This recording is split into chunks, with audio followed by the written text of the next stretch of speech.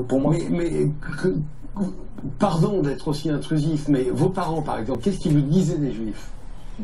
Ou vos cousins, vos oncles, vos aînés? Mon grand-père qui m'a déjà dit plusieurs fois qu'il avait des amis juifs quand il vivait en Algérie, etc., qui sont maintenant devenus pieds noirs ou qui ont quitté l'Algérie, mais ma mère m'a pas parlé. Non. Et donc c'est présupposé que vous aviez sur les Juifs, ils venaient de quoi? Ils venaient du quartier, ils venaient de ce que vous racontez, d'Internet, etc. Internet. Internet, vous alliez sur quel site par exemple? Tout, sur les discours de Dieudonné, les discours de Jean-Marie Le Pen, etc. C'est ça qui me faisait parler de la Shoah. Après, moi, les Juifs, je savais que c'était une religion bien avant. Mais là, si on parle de Shoah, j'ai appris à m'intéresser à la Shoah, si ça existe pas, si c'est vrai ou pas vrai, c'est par Internet. Et donc, comment vous disiez de regarder les spectacles de Dieudonné? Pardon, chers amis, il faut que je raconte une de milliers d'anecdotes que nous avons accumulées.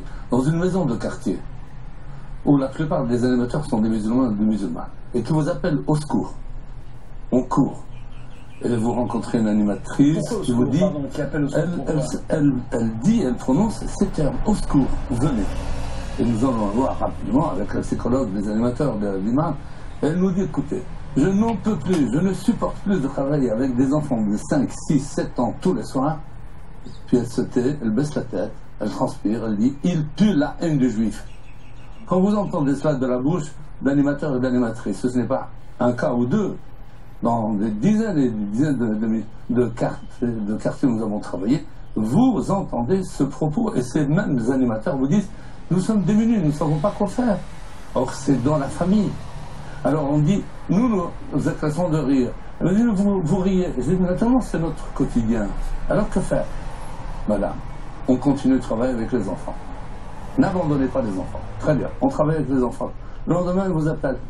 Monsieur Ramin, nous avons sur le dos les mamans. Les mamans qui nous tapent dessus, qui nous disent, comment vous avez mis mon enfant en contact de Satan? Alors que faire? Et je dis, invitez les mamans. On invite les mamans viennent. Première semaine, elles sont discrètes. Deuxième semaine, elles commencent à parler. Troisième semaine, elles vous disent, pourquoi vous nous interdisez d'entrer dans les synagogues? Nous sommes devant une masse de présupposés, de clichés. Alors on les emmène dans les synagogues. Et à la fin de la visite, une ou deux, mais alors c'est systématique. Elles viennent me voir pour me dire, dites-moi pourquoi on nous ment sur vous. Alors, c'est une anecdote qui est alors un peu différente, et donc on va peut-être pouvoir, à travers ces anecdotes, mesurer l'évolution des quartiers. Donc j'ai enseigné il y a bien longtemps dans les quartiers, et dans une classe de seconde.